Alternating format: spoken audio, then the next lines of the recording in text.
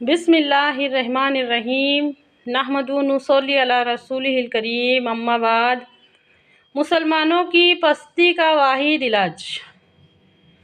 پستی لفظ کا مطلب کیا ہے؟ بلندی کا اگینسٹ رہتا پستی۔ بلندی کا مطلب رہتا اونچائی، پستی کا مطلب رہتا نچلا حصہ، گرا ہوا۔ مسلمانوں کی پستی کا واحد علاج۔ آج مسلمان قوم ذلیل کیوں ہے؟ علاج جاننے سے پہلے بیماری جان لیں گے۔ یہ بیماری کیا ہے؟ اسلامی نقطہ نظر سے، اسلامی نظریے سے مسلمانوں کا سب سے بڑا کینسر ان کی ایمانی کمزوری ہے۔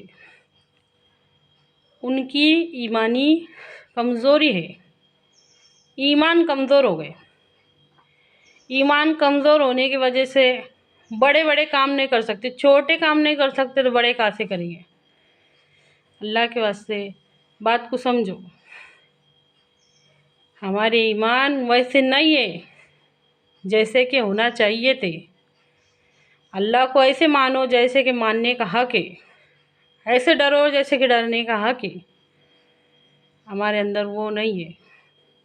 یہ وجہ ہے کہ مسلمان دن پہ دن ذلیل ہوتا جا رہا ہے۔ اللہ رحم کرے۔ ایسا کیوں؟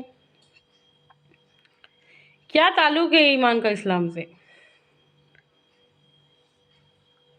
مطلب اگر ہم کو یہ پتہ ہو کہ اس جگہ پہ کرنٹ ہے، کوئی ہاتھ نہیں لگائے گا، آگ ہے اس میں کوئی ہاتھ نہیں ڈالے گا۔ اگر ہم اللہ سے ویسے ڈرتے جیسا کہ ڈر ہمارے دل میں ہونا چاہیے تھا،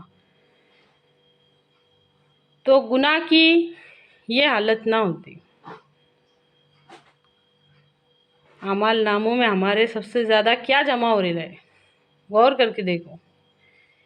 آج اپنا حساب خود لے لو اس سے پہلے کہ ہمارا حساب لیا جائے۔ صبح سو کر اٹھنے سے لے کے رات کو سونے تک عمل ناموں میں کیا درج ہو رہا ہے؟ گناہ درج ہو رہے یا نہیں کہ درج ہو رہے؟ سوچو۔ کیوں؟ 100 کی ایک وجہ ایمانی کمزوری۔ سب سے پہلی وجہ تو ایمانی کمزوری ہے۔ اللہ کے ساتھ ویسا تعلق ہے ہی نہیں جیسا ہونا چاہیے تھا۔ نہ محبت ویسی ہے، نہ ڈر ویسا ہے۔ صحابہ رضی اللہ عنہ کی زندگی دیکھو، ہماری زندگی دیکھو، ہے تو کیا کرے؟ کیا کرے؟ صاحب ایمان لوگوں کی صحبت میں اٹھنا بیٹھنا۔ علماء فرماتے ہیں کہ ایمان پیدا ہونے کے واسطے صاحب ایمان لوگوں کی صحبت میں اٹھنا بیٹھنا، جس طرح بھٹی کے پاس بیٹھنے سے انسان کے ہاتھ پاؤں گرم ہوتے، صاحب ایمان لوگوں کی صحبت میں اٹھنے بیٹھنے سے ایمان پیدا ہوتا۔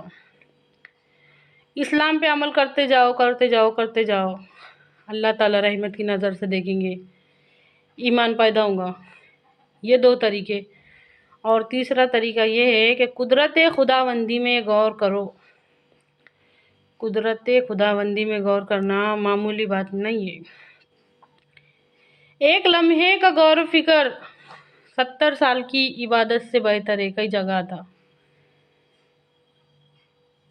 لمحے کا غور و فکر، یہ احساس ہمارے دل میں جاگ جائے، اللہ کے ہونے کا احساس۔ بغیر سہارے کے آسمان کو کس نے کھڑا کیا؟ قرآن پاک میں اللہ تعالیٰ ارشاد فرماتا ہے کہ اپنے سروں پر مطلب آسمان میں اڑتے ہوئے ان پرندوں کو تو دیکھو، ان کو کون تھامتا؟ غور کرو، ان سب باتوں میں غور کرو۔ آسمان سے بارش کے برسنے میں، زمین مردہ سے بے شمار اناج اور بے شمار فائدے کی چیزوں کے نکلنے میں، ہر چیز کا الگ الگ ذائقہ، الگ الگ کلر، الگ الگ خوشبو، یہ سب کون کر رہا؟ ان سب باتوں میں غور کرو۔ اس کے ہر مخلوق میں